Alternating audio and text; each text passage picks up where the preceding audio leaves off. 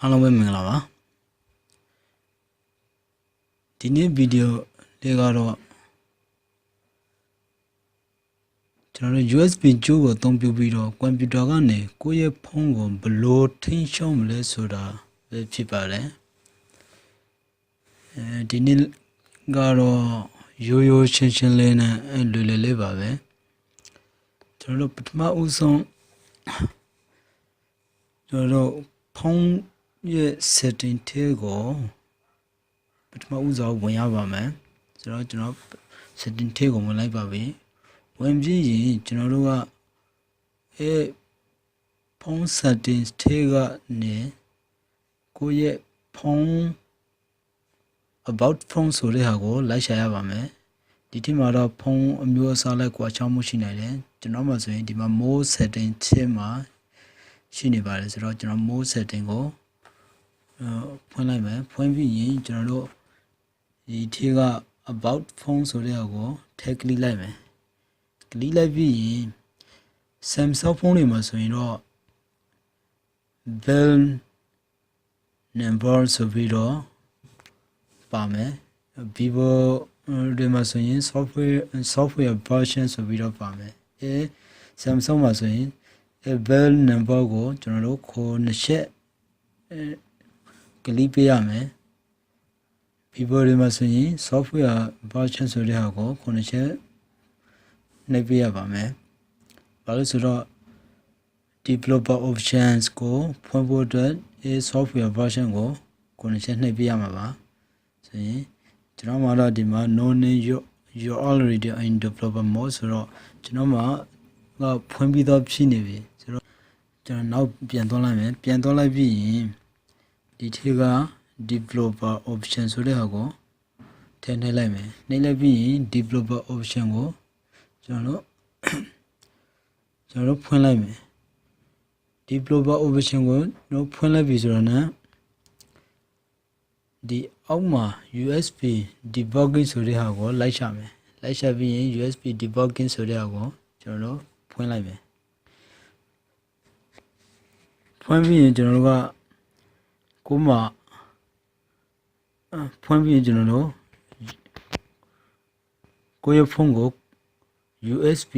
ကြိုးနဲ့ကွန်ပျူတာကိုဆက်သွယ်လိုက်မယ်ပြီးရင်ကျွန်တော်တို့ကဒီ internet ပေါ်မှာသွားပြီးတော့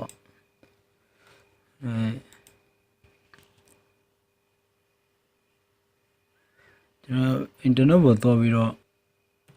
FCRCPY ဆိုတဲ့ software လေးတစ်ခုကိုလိုက်ရှာကြည့်မယ်ကျွန်တော်တို့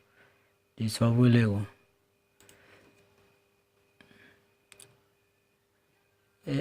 ဟာကိုရိုက်နှိပ်ပြီးတော့ enter ခေါက်လိုက်မယ်ခေါက်လိုက်ပြီးရင်ကျွန်တော်တို့အောက်မှာဒီ link ကိုကျွန်တော်တို့ကလစ်လိုက်မယ်ဒီ link ကိုလည်းကျွန်တော်ရဲ့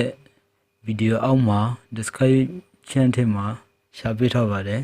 ကျွန်တော်ဒီ link ကိုနှိပ်လိုက်မယ်ဆိုရင်ဒီထဲမှာတခုကျွန်တော်သတိထားရမှာကတော့ကိုယ့်ရဲ့ computer system ကို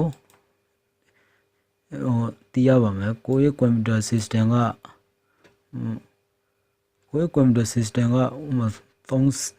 32 bit operating system လားဒါမှမဟုတ်ရင်64 bit operating system လားဆိုတဲ့ဟာကိုသိရပါမယ်ကျွန်တော်မှဆိုရင်ဒီမှာ64 bit operating system ဆိုတော့ကျွန်တော်က64 bit operating system and zip file ကိုဒေါက်လိုက်မယ်ဒီမှာဒေါက်လိုက်မယ်ကျွန်တော်မှာတော့ဒေါက်ပြီးသားရှိနေပြီဆိုတော့ကျွန်တော်ထည့်ပြီးတော့မဒေါက်တော့ပါဘူးဒီမှာပြီးရင်ကျွန်တော်တို့ download file သွားပြီးရင်ဒီ zip file ကိုပြန်ဖြည့်လိုက်မယ် zip file ကိုပြန်ဖြည့်လိုက်ရင်ပြန်ဖြည့်ပြီးရင်ကျွန်တော်တို့ဒီမှာအထည့်ဝင်လိုက်မယ်ဝင်လိုက်ပြီးရင်ဒီထဲမှာနှစ်ခုရှိတယ် extension နှစ်ခုနဲ့ပေါ့နော် EXE extension နှစ်ခုနဲ့နှစ်ဖက်ရှိမယ်ပထမဖက်ကတော့ command နဲ့တော့တဲ့ဟာအောက်ကဖက်ကတော့ဟာကိုနှစ်ချက်တောက်လောက်တယ်နော်နှစ်ချက်နှိပ်လိုက်တာနောက်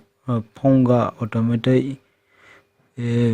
computer screen ထဲကိုရောက်တော့ပါမယ်အပေါ်ကိုကျွန်တော်နှစ်ချက်နှိပ်လိုက်ရင်ဒီလို command နောက်လာမယ်ဖုန်းက automatic ဒီမှာပေါ်လာပြီ ကိုယ့်ရဲ့ဖုန်းကဒီထဲမှာဒီမှာဖုန်းကဒီမှာပေါ်လာပြီပေါ့နော်ဒီဖုန်းကိုကွန်ပျူတာထဲကနေပြီးတော့ကျွန်တော်တို့ဒီမှာထိန်းချုပ်လို့ရပြီတချမ်းနောက်ထော်တာပဲဖြစ်ဖြစ်တက်ပုံကြည့်တာပဲဖြစ်ဖြစ်ဗီဒီယိုကြည့်တာပဲဖြစ်ဖြစ်ကွန်ပျူတာကနေပြီးတော့အကုန်လုံးလုပ်လို့ရပြီပေါ့ဟုတ်ကဲ့ဗီဒီယိုလေးကတော့ဒါပါပဲကျေးဇူးတင်ပါတယ်ကျေးဇူးအားပေးတဲ့အတွက်